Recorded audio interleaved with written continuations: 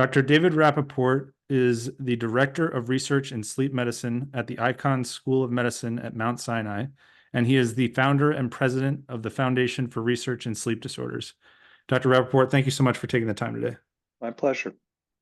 So to start, could you tell us a little bit about how you came into this work, what your journey has been into this research? Sure. So I did my training in pulmonary physiology and as a researcher in the medical field of breathing.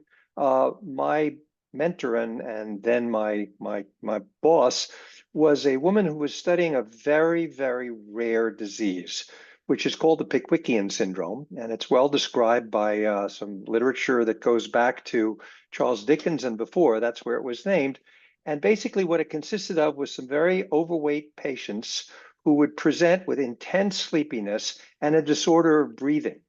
And she was interested in this because the theory back then in 1970s and before was that these people had a disorder of their brain which caused them to underbreathe, retain carbon dioxide, which is what we breathe for excreting, and that this made them sleepy. And nobody had thought of studying sleep, although these patients typically fell asleep. The classic paper was written in the 1950s, and the patient presented with a complaint of having been at a poker game and having fallen asleep while he was holding a hand, a very favorable hand. I think it was a full house. And he fell asleep instead of playing it. And this prompted him to go to the doctor. And they described this Pickwickian syndrome, which is described clinically by Charles Dickens back in the 1880s. So she was interested in that. And at the time, it was just becoming clear that there was an interesting group of these patients who had gone through sleep studies and who were observed to have a breathing disorder in sleep. And this was a great interest. It was thought to be extremely rare. It was an opportunity for science to investigate. And that's a sidebar, and that is that science doesn't always go by predictable steps. And sometimes when we investigate things that are rare, we make discoveries which have huge impact. And this is one of the reasons why many of us in the scientific field are very concerned about the current focus on so-called relevant research and cutting out all the waste and fat that our current political system is aiming at, because a lot of very interesting things come out of totally unexpected directions. So I got involved, along with a small number of other people, in studying these patients at night. And we very rapidly realized that there was a breathing disorder where they obstruct their airway, which we now call obstructive sleep apnea, which underlay this. This was the tip of the iceberg that we had been studying. And I got involved in several epidemiologic studies where we looked at large numbers of allegedly normal people and studied their sleep. And one of these, the Sleep Heart Health Study, was one of the larger studies in this area.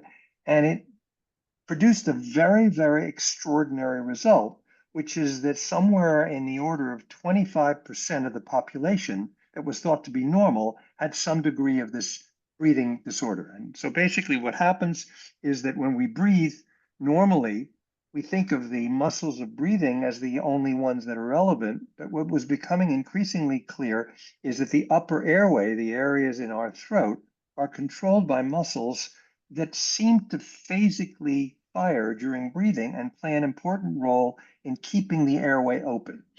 If you don't have that activity, such as during deep anesthesia, and of course during death, the airway isn't open. So it's actively held open. And this is an important part of our breathing. It turns out that when we go to sleep, this reduces. It doesn't go away, but it reduces. And now you are prone to collapse if certain favorable or other unfavorable phenomena are present. Those include big tonsils in children, and obesity seems to be very closely associated with this. So it turns out sleep apnea is extraordinarily common in obese patients, but it's also very common in non-obese patients to a milder degree. And occasionally, when they have an unfavorable anatomy, many people have sleep apnea who are not obese. It's particularly prominent in middle-aged men, but it occurs throughout the spectrum: males, females, children, adults, older people. And it's now a very commonly recognized disease. As I said, we estimate that up to 25% of the adult population and some smaller percentage of children have this disease to a mild extent, and maybe 5 or 10% of the total population have it to a very severe extent, and we believe it causes consequences in the long term. Many, but not all of the patients present with symptoms. So they present with this very loud snoring, gasping, often disturbing their bed partner, but they also present with very severe sleepiness during the day. Some of them after having fallen asleep and having a car accident, others just unable to stay awake when they're in boring or less than attention getting situations. And it's been shown that much, if not all of this sleepiness goes away if we treat the syndrome. Now, in the early days, this was treated by a rather crude system of bypassing the upper airway. We did an operation for the most severe cases where we put a hole in the throat, tracheostomy, and overnight the people were cured. But if you can imagine, this was not a very attractive form of therapy, and many patients really were not recognized except the very severe ones, whose this was life-saving. And it was a dramatically effective, but not very attractive sort of thing. In 1981, just as I was entering this field, an Australian by the name of Colin Sullivan came up with the observation. It was more research motivated than actually a clinical treatment, but of putting a mask on the nose and delivering a small amount of pressure, and this would balloon out and hold the airway open and totally cured the problem so that the people stopped obstructing. And if you can imagine people who were having an obstruction literally hundreds, several hundred times in the night, every 30 or 60 seconds, they were having a blockage which lasted long enough that their blood oxygen would fall and they would basically wake up to end this. That would completely go away from literally 100 times per hour to zero with nasal CPAP. And when he first described this, it was an experiment that he was doing for research reasons, but it very rapidly turned into an obvious cure and much more attractive than a tracheostomy. And we got involved, my group got involved in doing this. We were the first ones in the United States, and we've done it since in many, many thousands of patients. And it became the cornerstone of treatment. And nowadays, it is considered the benchmark against which all other treatments are used. An interesting thing happened there. We thought it was, such an obvious treatment that everybody would love it. And as often happens, we were wrong. It turns out that while it works very well, many people are made much better and love it, and others hate it and don't want to use it. And much like many treatments in medicine, the problem is not that the treatment doesn't work, it's that people don't use it. And it's amazing how little effect you get out of a machine to treat this syndrome if you leave it in your closet turned off. So the focus has moved from coming up with the best way to do this, which was the focus of 20 years of my work, to how do we get people to use this treatment? Or more recently, what are some of the alternatives that work? And in the beginning, there weren't any. But now there are an increasing number of other treatments which are not as effective in the laboratory, but very much more attractive to patients. One of them is an oral appliance, basically a dental device which pulls the jaw forward, much the way people, who wear a mouth guard for while they're playing football or other sports, or who have bruxism, which is grinding of the teeth, and wear this device at night. So you take that same device and you now articulate the bottom so it pulls the jaw forward, and that has a pretty good effect. Not in everybody. Some people get partial treatment, some people get none at all, but some people do get full treatment with this. So that's been improved to the point where it's now a competitive treatment used by a lot more people, even though it's slightly less effective than CPAP. And we're trying to balance those two things, because obviously, if you use CPAP for a couple of hours and then don't use it, it's not clear that's as beneficial as if you use a partial treatment all night long. There are some other things people have heard about, a lot of advertising around these things. There's a stimulator, which is basically like a pacemaker, which you put into the nerves that innervate the tongue, pushes the tongue forward, and you turn it on at night after it's implanted surgically, and it's quite effective. Again, not in everybody, but in some people. And obviously, it's a relatively minor, but nevertheless, it's surgery, and it's effective, but not in everybody. So it has a limited role when you want to treat 25% of the population. But now we are just starting to see the emergence of drugs, and there are now some drugs which seem to be effective. Once again, not completely effective, but very promising. And there are several that have been FDA approved for treatment of sleep apnea. And this is a growing field that probably isn't quite ready for prime time in everybody, but it shows that it's possible. And there's a big investment of effort into getting better drugs with less side effects.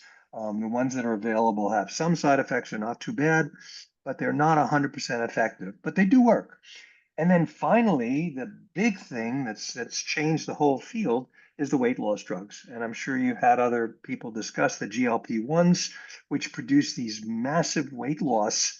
And so in the patients with a sleep apnea is associated with obesity, we're seeing a very promising response because in the people who are obese and have sleep apnea, losing a significant amount of work sometimes, again, not always, but sometimes produces massive improvements in the sleep apnea also. And there's even a drug that just in the last few months has been approved for the treatment of sleep apnea because of the weight loss.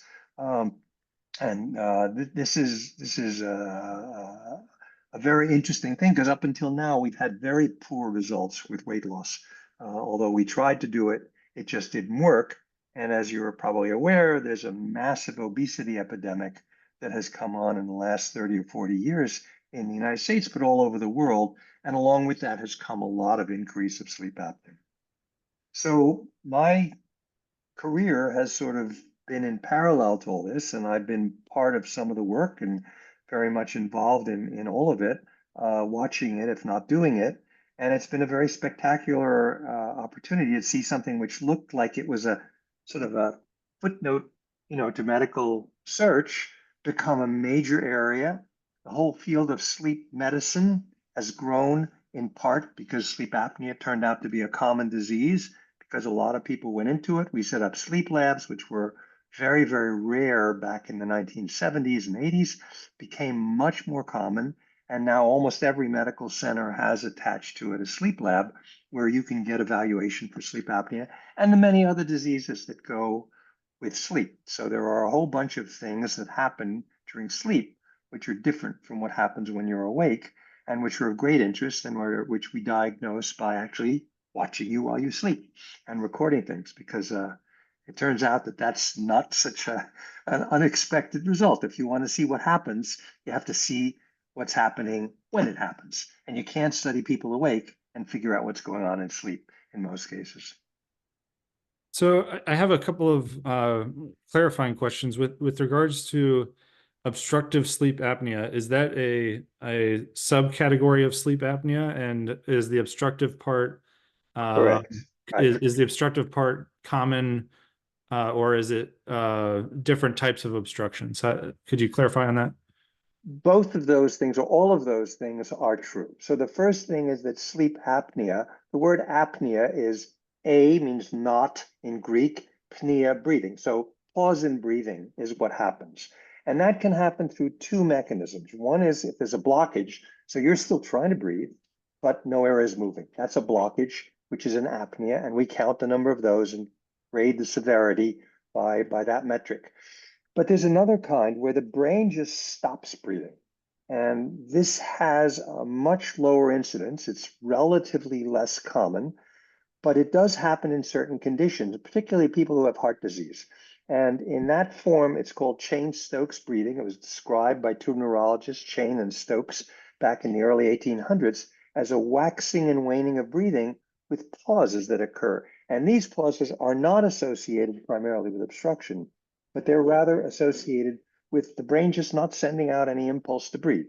And it's a very different pathology from obstructive sleep apnea, less common, and it is still being worked on as whether it's an sort of an epiphenomenon of the heart failure that often accompanies it, and it's kind of an incidental finding, or whether it's a disease in and of its own right. There's even rarer versions of this, which happen mostly in children and in a small number of other conditions where people stop breathing for unclear reasons. The brain is not affected by heart failure, but it's a brain process. And this is called, in its most severe form, Undine's curse. There's an extremely rare form of it, which is a genetic variant called congenital hypoventilation, where children are born and they don't breathe when they go to sleep. And many of them die if this is not recognized. They have to have interventions to try and treat this failure of the breathing mechanisms. But it's now recognized as a genetic variant. There's no treatment for it except to support the breathing. So the spectrum of sleep apnea goes all the way from obstruction, which is extremely rare, to the central periodic type of Cheyne-Stokes, which is common in certain populations, predominantly heart failure, to this other central sleep apnea, as it's called, which is much, much rarer. But the thing that has driven the field is obstructive sleep apnea because it's so common. And it runs a huge spectrum from very mild to very severe. The mildest form of it is snoring, which is essentially affects 50 or 60% of men and maybe 30% of women. And that's a mild obstruction where there's no drop in breathing to the point of an apnea, but there's obstruction. And so snoring is essentially a very, very mild form of sleep apnea. We're not sure it matters. Epidemiologically, there is some association with increased risk of long-term consequences, but we're not sure if that's just hidden sleep apnea. And if you have just snoring and not sleep apnea, there's a big debate about whether that has an effect long term. But when you have sleep apnea of the obstructive variety, and it occurs frequently during the night, there are not only the immediate consequences I mentioned of being sleepy, because it disrupts your sleep. You're waking up every 30 to 60 seconds, and you can imagine how that would really make you sleepy the next morning. Not in everybody, but in most people. But there are also long-term consequences. Even if you're not sleepy, or if the sleepiness is tolerable, there's an association, meaning it's not proven that it causes it, but there's an association. People who have sleep apnea have more high blood pressure, they die younger, they seem to have cardiovascular disease of various sorts, they have strokes more frequently, 3 times as commonly as people who don't sleep apnea, and there appears to be an association with the early onset of Alzheimer's disease. Once again, it's not been proven in all those cases that it's causal, but it's highly associated. And so there's a lot of work going on now where we're trying to treat the sleep apnea and see if the increased incidence goes away. That's how you prove causation. And those are very, very difficult studies to do because A, they take 10 or 15 or 20 years to show the effects. And B, you've got to find a randomized group where some people get the treatment, some people don't. You compare the outcomes. And this is stuff which is extremely difficult to do, very expensive, and much like any other form of research, can only be done with massive funding. And the funding up until now has been from the NIH, and that's being severely curtailed now. These are the kind of studies that suffer immediately in that kind of environment. But they're the studies that in the 1950s proved that high blood pressure was bad for you, which was not known prior to that, except in the extreme. These are the studies that showed that statins were good for you. Uh, they're also the studies that have been used to study vaccines and so on. And as you know, there's a lot of debate about exactly what is and is not proven there. But to most scientists and certainly to my colleagues, we use these studies to prove that not only vaccines were safe, but that they were good for you. They reduce the incidence of COVID and of other diseases. The big debate is who to give it to and what frequency, and that's still being studied. They can only be done with large studies. They can't be done just based on anecdotal, gee, I have a patient who got his vaccine and it's good for him, and then I have another one who was bad for him. These are problematic interpretations of in science, and one of the big things we do as scientists is train in understanding how to use statistics, how to maximally extract information from large studies, and do it at the smallest possible cost to patients, both in terms of the side effects, because obviously if you study one treatment that's good and another treatment that's bad, you can debate about whether the good or the bad is the one that you give. I mean, sometimes we give a treatment and it's bad, and the people who don't get it benefit.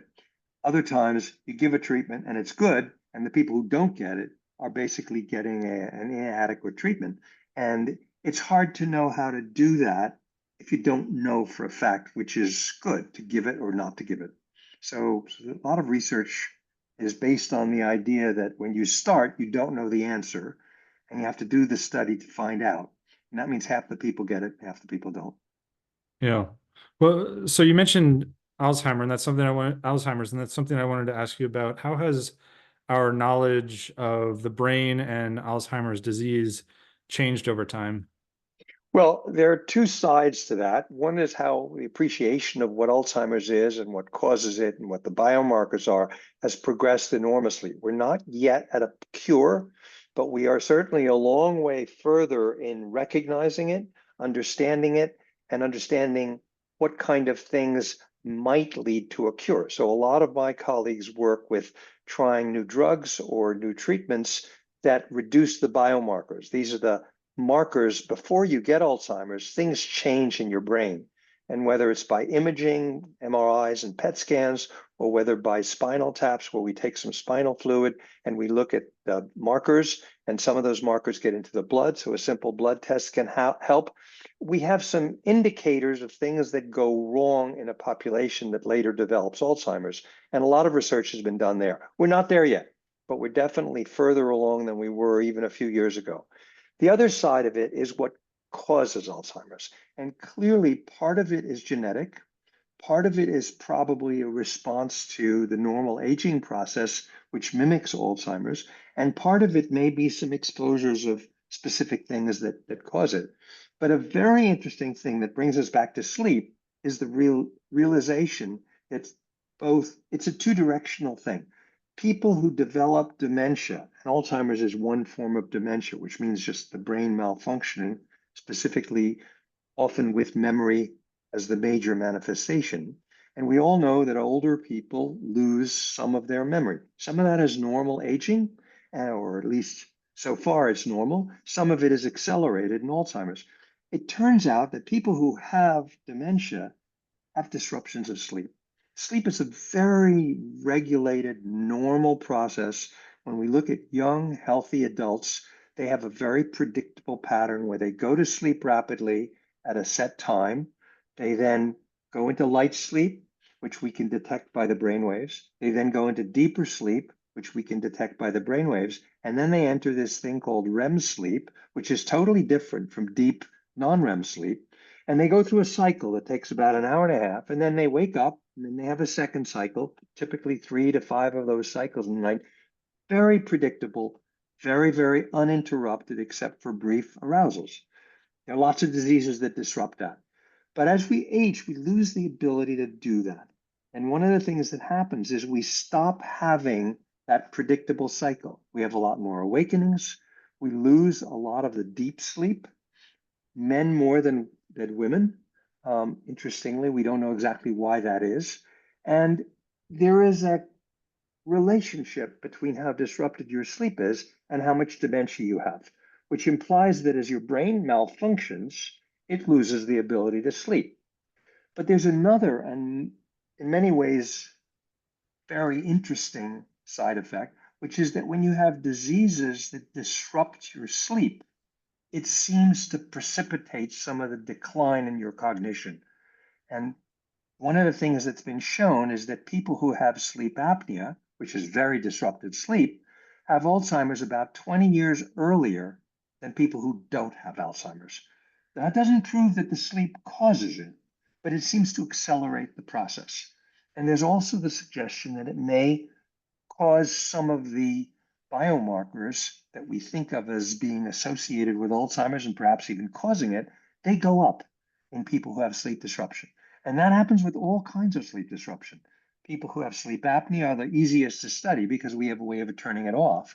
But it's been also shown that people who have insomnia and people who have other diseases that disrupt sleep, there's something called periodic leg movements, which is a kicking thing which wakes you up periodically and which is very common as you age. These people have the same manifestations, at least we think in association, that it's associated with accelerated signs of brain malfunction. Not only are you feel lousy after you've had a bad night's sleep, but you function less well. You don't think as well, you don't think as clearly, your memory may not be as good. We now have lots of interesting data that sleep plays an important role, just one night's sleep, in consolidating your memories. So there's a series of very interesting experiments that were started about 10 or 15 years ago that show that when you study something, whether it's a physical something like shooting baskets or some simple test in the lab like how fast you can tap your finger or anything like that, or whether it's learning something like memorizing the path in a maze, which is one of the ways we test this. If you do that repetitively, you get better and better at it. We all know that. Practice makes perfect is an understated kind of a thing. Well, it turns out if you practice up to a certain point before you go to sleep, you reach a plateau, you stop improving. If you then sleep and then do the test the next morning, almost across the board, you are 30% better than when you went to sleep. So sleep does something. And it's not just time, because people have studied that. If they wait 8 hours without sleeping, you don't improve. And if you sleep with a delay, that's when you improve. So sleep is very intimately tied in with the process of memory. It's also more complicated than that because it's not all sleep, it's certain stages of sleep have an effect. And my colleague Andrew Varga is studying exactly that. Is it the REM sleep? Is it the slow wave sleep? Is it the combination of the two? Very interesting question, not fully answered yet. But what appears to be emerging from the data, and this is very preliminary, is it's no one state or the other. It's the whole pattern. Your sleep has to be good sleep to improve your memory overnight. Hmm. And that's a fascinating thing. Now, how does that lead to Alzheimer's? Well, the idea behind it is that over time, you recover from a bad night of sleep. We've all had that one night where you're anxious or sad or your relationships are going badly, you've lost your job, where you sleep badly or you sleep badly for a couple of weeks, and then that passes and you start sleeping better. We think that people recover well from that. But over the long term, if you sleep badly all the time, it's been shown that that precipitates all these other problems, most notably the onset of dementia, the development of cardiovascular disease, and a variety of other physiologic factors. It's been shown, for example, that disrupted sleep affects your immune system. So you're more prone to getting sick from the flu, COVID, or something else that may come along. It doesn't cause it, but it makes you less able to respond to it. So sleep is very, very important for good health in so many ways. Data on exactly how that works is not well known, but is an area of very active investigation. And it makes sense. I mean, everybody's grandmother tells them, you got to sleep because otherwise you're going to get sick. Well, it turns out that that's true. And that's been one of the things that's driven the sleep field. Yeah, you mentioned the data. I also wanted to ask you about computational biology. Could you describe what is computational biology and how does it help in research efforts? Well, all of science is driven by trying to tell the difference between something which is random. So, I flip a coin and it comes up heads one time. And so my immediate interpretation is, well, the coin must be weighted. Heads is more favorable than tails. But if I do it 100 times, it comes up roughly 50-50. And the early tests for distinguishing chance from causation are all based on simple statistics. You do it over and over and over and over again, and you see that it happens more often one way than another. That's what science has been driven by. Well, it turns out that that works, and there is more and more sophisticated ways of looking at that.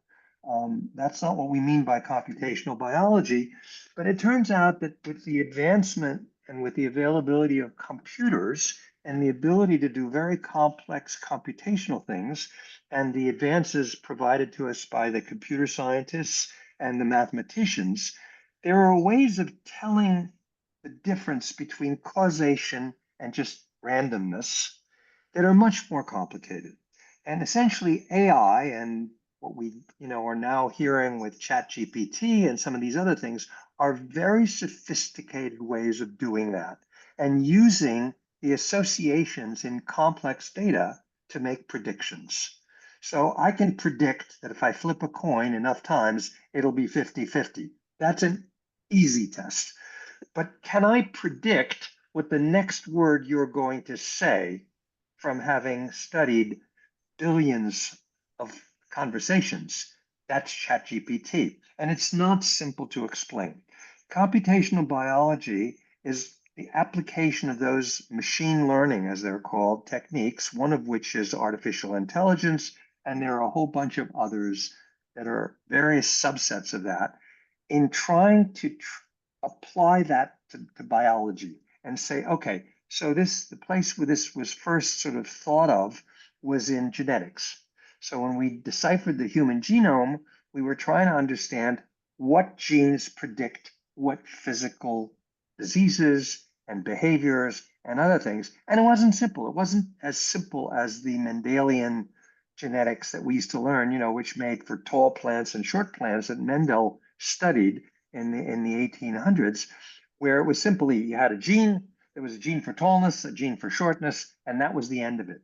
Well, it turns out that most of the interesting diseases and most of our behaviors, even more, are not dictated by one gene, but by very complex interactions of dozens or even hundreds of genes. So the way you decipher all of that is not simple statistics, but that's where machine learning comes in. And the trouble with it, of course, is that it's hard to understand the outcome. You can see the results, and we have now fantastic AI models.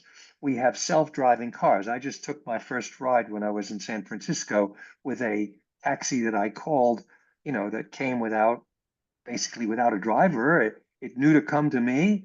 It let me get in the car. I told it where I wanted to go. It went there, it parked the car and dropped me off and took my payment, all without a human intervention. Extraordinary stuff. This sort of was anticipated a few years back by the chess champion of the world being beaten by a machine, which everybody predicted was never going to happen, and it did. So we now have these very complex model. The price you pay for this complexity is that when you look at it, how did it do that? It's very hard to explain. All I can tell you is it seems to work.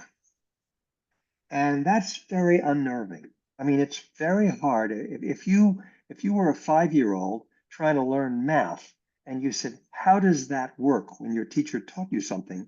For the most part, we can explain it. But then if you said, how does it work about something like, well, why do you like your best friend? Or why are you prejudiced against certain people? It's very hard to explain.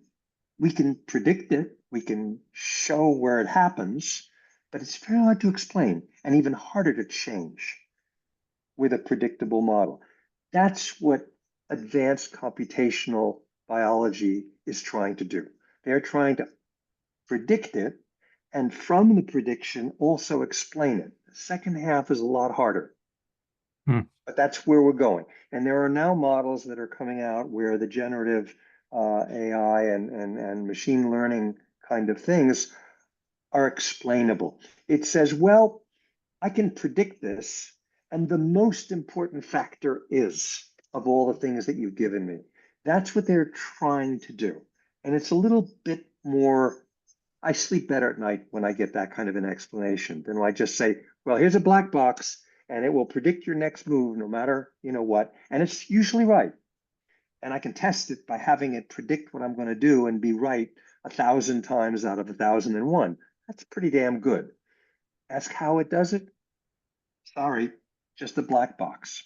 Hmm. It's got stuff inside. I can try and dissect it, but I can't understand it. And the human brain is like that. I mean, you know what people are going to do, but if you were to dissect their brain, it's very hard to say why they do that. Okay, psychology is all about trying to explain it on a macroscopic level, and it's complicated. It's very, very complicated. This is a scary period because we're in this complicated period where trying to understand what's possible is not quite the same thing as understand it in the sense of I know why it's doing that. Yeah. Well, so to kind of build off that question, how has technology enabled the research that you've done, and how is it enabling research moving forward on sleep and on understanding of the brain? Well, it's happened in many different directions. So one of them is what I do, which is I look at a sleep study. A sleep study consists of putting somebody in a bed in the sleep laboratory and having a camera that videos them and attaching brainwave electrodes that we glue onto the head and the scalp and the face that tell us about brain state and whether or not they're in light sleep or deep sleep, and putting breathing monitors and putting chest monitors and putting a little finger probe that tells me how much oxygen they have in their blood, and maybe in some more complicated studies adding other measures, and then collecting all these signals for 8 hours, and then the next morning trying to figure that out. And in the old days, we did that on paper. Now we do it on computer, but we analyze it by hand for the most part, and it takes forever. And so one of the techniques that we've developed is to try and use some advanced computational things. Part of it's pattern recognition, part of it's AI driven, to say, can we do this as well as a human does automatically? And so, as you can imagine, it takes my technician 2 to 3 hours to read your sleep and classify it as the awake, sleep, and deep and light. And it takes a good machine learned signal processing thing a couple of minutes to do the same thing. So that's very attractive, and it allows us to do things faster. We're still in the early stages of that. Much of my work has been to do a different version of signal processing, which is to say, okay, so you want to know how many times the person stops breathing. That's the apnea hypopnea index, which has driven the field of sleep apnea. I want to know, I've recorded 8 hours of breathing. What else can I learn from looking at the breathing? And there's some very interesting things that have come out of that. For example, every time you wake up, you take a big breath. So can I recognize when you wake up by looking at the pattern of your breathing? Turns out you can. And that's one of the things that we did.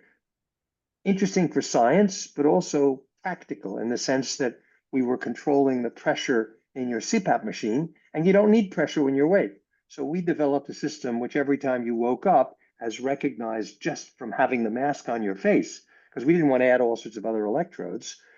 Every time you woke up, it could recognize that by the irregularity in the big breaths that you take when you wake up and said, oh, you're awake, you don't need pressure, and drop the pressure. We thought that was going to help. Turns out it didn't really help very much with making CPAP tolerable, but it was an interesting example of how you can look at a simple signal like breathing and extract a lot more than how many times it stops. And then there's all sorts of other things that are going on now. We're trying to look at the breathing pattern and understand just exactly what part of the apnea is causing you to have consequences. So that's one form of that. My colleagues are looking at the other side of it, the brain. So we're doing experiments where we look at sleep and we characterize what part of the brain is asleep. Why is that interacting with memory? What's driving this learning that we said was disrupted if you don't sleep and improved if you do sleep? So they're looking at the parts of the brain that are affected by different stages of sleep. And from those experiments, which are very difficult to do, imagine sleeping in an MRI scanner while it's making all these banging noises and so on. It's not easy to do. And you have to be very worried that you're not getting artifacts. So, you could imagine that putting somebody in the scanner, what you're detecting when you see an area of the brain light up, that what you're actually detecting is the noise. So the bangs are waking you up. And that's what you're detecting. And you thought it was the memory or something else. So these are very complex, difficult experiments. You need to be very sophisticated in analysis, but that's happening.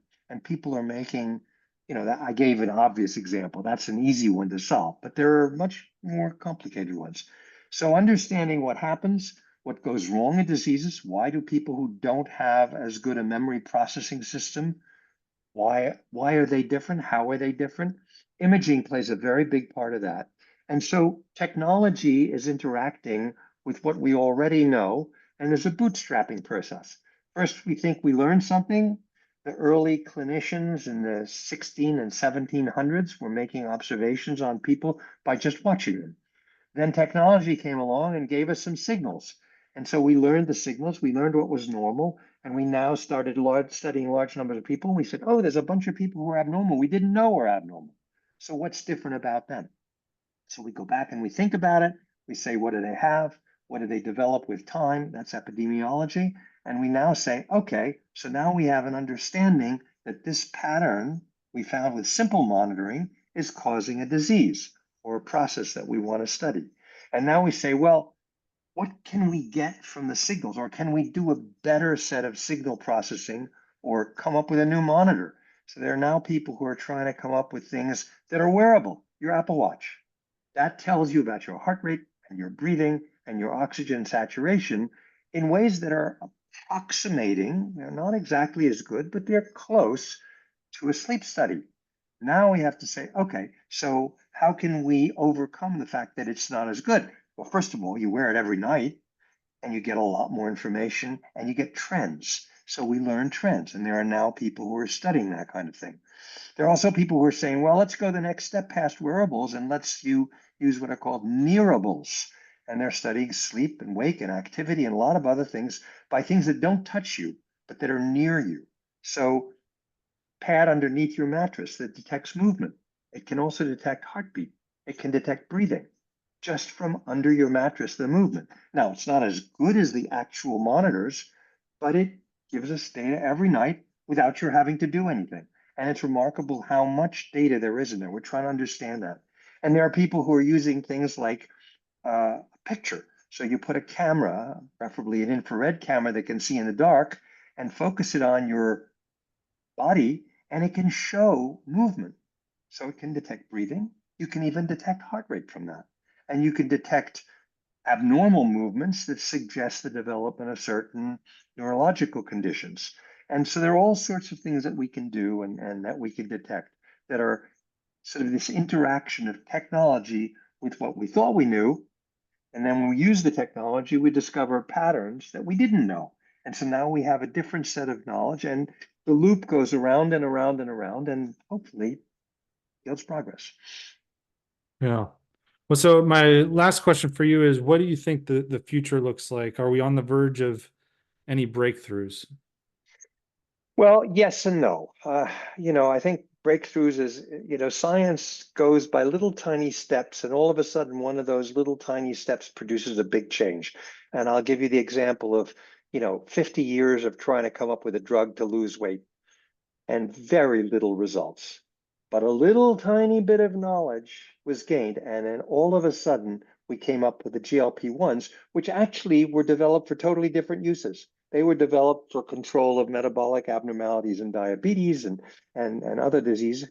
And then somebody made an observation that said, wow, patients are losing weight. And now they've been refocused, and now the drugs are being repurposed and refined for weight loss. The same thing happens in all of science. And I think that the next breakthroughs will be built on the tiny little improvements of knowledge that are happening over long periods of time that are not predictable. So breakthroughs are almost never predictable. This idea of a war on cancer or war on addiction and so on, you throw enough money at it, it will produce results, but they're never going to be where you expect them. And Hmm. that's the unpredictability of science because it's a chance observation that focuses things. And then you have to spend a lot of money to refine it. So I think that in the area of sleep, we've made a huge amount of progress in recognizing that sleep matters, that sleep is important, that sleep is both normal and normally disrupted, but also that it plays a role in all these processes like memory, which we never really thought were important. And so I think that what's going to happen is going to be incremental in those areas. And then all of a sudden, we're going to come through a breakthrough. And then maybe we will discover something which enhances or replaces one of the functions of sleep. I don't think we'll ever get to the point where we can do without sleep, which a lot of high power business people, are proud of. We're trying in the sleep field to educate people into not thinking that sleep is bad for you because it wastes time, but rather that sleep is good for you because it improves all sorts of health and metabolic processes. I don't know if we'll ever be able to replace that, and I doubt that's going to happen.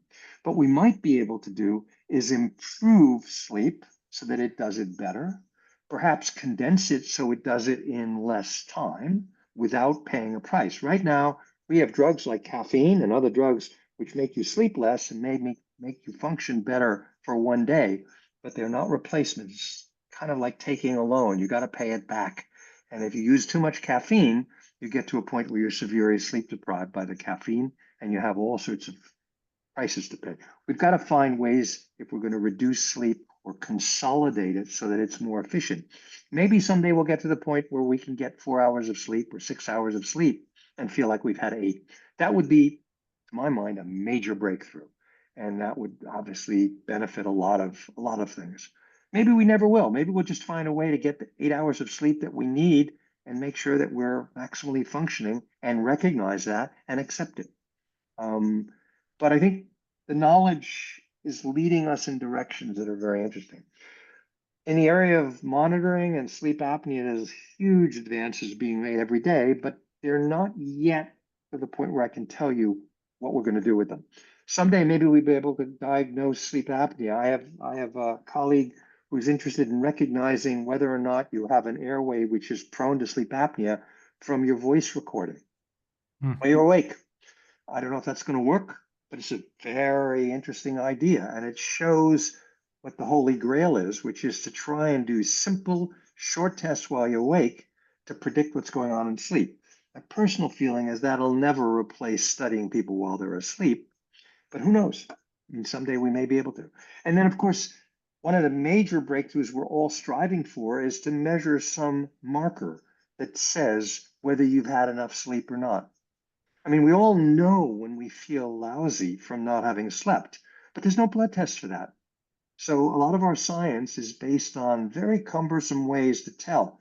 It's very clear that you may need 2 hours of sleep to feel adequate, and you feel good with 6 hours, whereas I don't feel good until I have 6 hours of sleep, and I don't feel completely normal until I've had 8 or 9. There's a huge biological variability, and yet we don't have a marker of that except to test how easily you fall asleep during the daytime. And that's a pretty cumbersome way to do it. So we'd love to have a blood test of that, like a blood pressure for sleep, or a stress test or something like that. We'd love to have that. When we have that, I think we'll make much more useful and progressive steps in the research. But that's hopefully around the corner, but nobody has any real good evidence that that's going to happen tomorrow. And there's a whole bunch of other places where I think the research is trending in a direction. And again, I come back to what I said before. You can't judge science by the results of today. You have to look at it as an investment. Lots of stories about, how the space program gave us all sorts of things that we now accept. Chips that drive our computers came out of space research. Nobody could have predicted that. Okay. And if you cut things off because they're not producing results today, you may save some money in the short term, but you'll also shortcut a lot of research that has unexpected consequences. And there's a whole field of people who are doing things that interest them that don't look like they have any use whatsoever. Like my boss, when I was a young researcher who was studying this very rare disease that didn't seem to affect more than a tiny number of people, and turns out to have had major implications for a whole field of science now, sleep research. Unpredictable. Yeah. Well, Dr. Rapoport, thank you so much for taking the time to share your insights and your research and your wisdom. And I hope we can continue the conversation down the road. Yep. And thank you for having me.